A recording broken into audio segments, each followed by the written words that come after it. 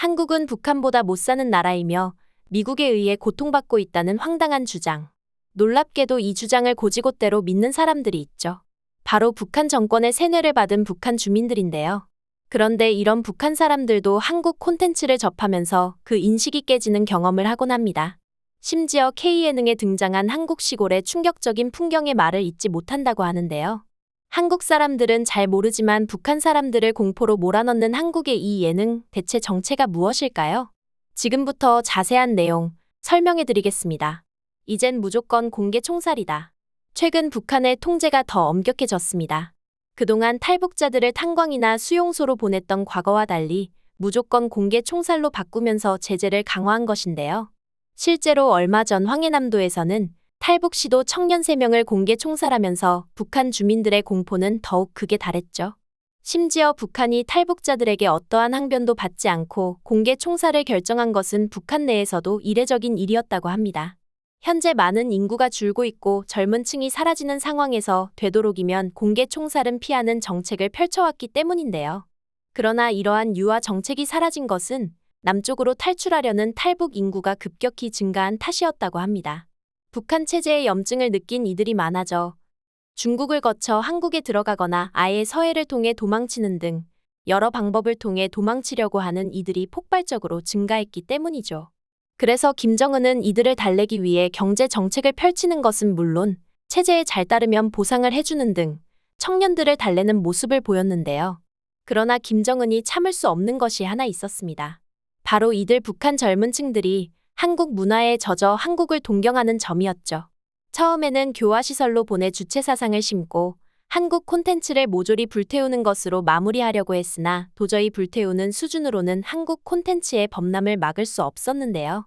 북한 장마당에서는 공공연하게 한국 콘텐츠가 거래되는 것은 물론 조그마한 소형 USB 및 장치들을 사용해 한국 콘텐츠를 보는 게 일상이라고 합니다. 이를 잘 알 수 있는 것이 오빠라는 단어인데요. 원래 북한에서는 동무라 부르는 것이 일반적인 명칭이나 한국 드라마를 본 북한 청년들이 한국 말투에 빠져 연인을 오빠로 부르는 것이 일상화되었다고 하죠. 심지어 더 나아가 청년층만이 아닌 장년과 노년층에 이르기까지 북한 전 계층에서 체제에 대한 염증과 자유에 대한 갈망 그리고 잘 사는 곳인 한국에 대한 선망이 높아지고 있다는데요. 그리고 이런 인식을 갖게 된 1등 공신은 바로 한국 콘텐츠, 그중에서도 한국 예능이라고 합니다. 특히 북한에서 인기 있는 이 예능의 경우 의외라고 할 수 있는데요. 바로 6시 내 고향이 그 주인공이죠. 북한 사람들은 6시 내 고향에서 보여주는 한국의 모습에 큰 충격을 입고 탈북을 결심한다고 합니다. 6시 내 고향은 한국의 시골을 찾아 어르신들의 이야기를 듣고 농촌을 돌아다니며 그분들의 이야기를 방송으로 내보내는 구성인데요.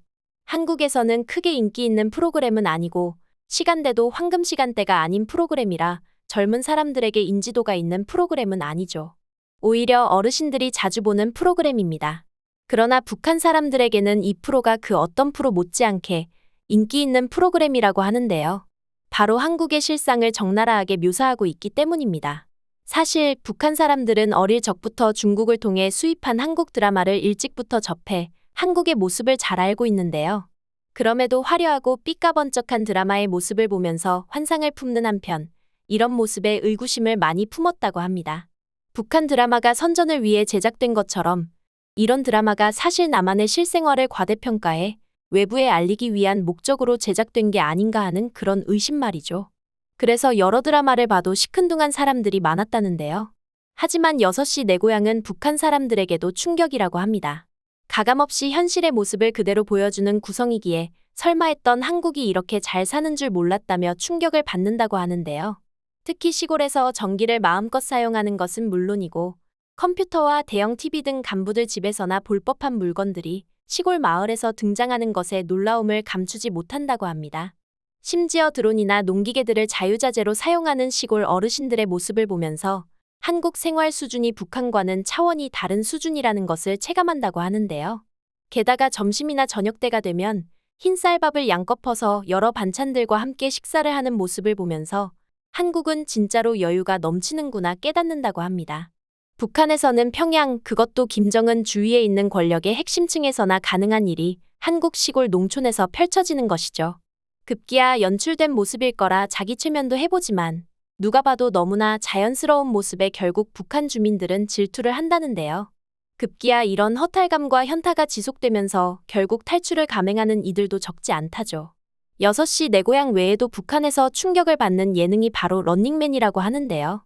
사실 한국인들에게 있어 런닝맨은 10년도 넘는 장수 프로로 별 감흥이 없는 사람들이 더 많습니다. 그러나 해외에서 런닝맨의 인기는 상상을 초월합니다.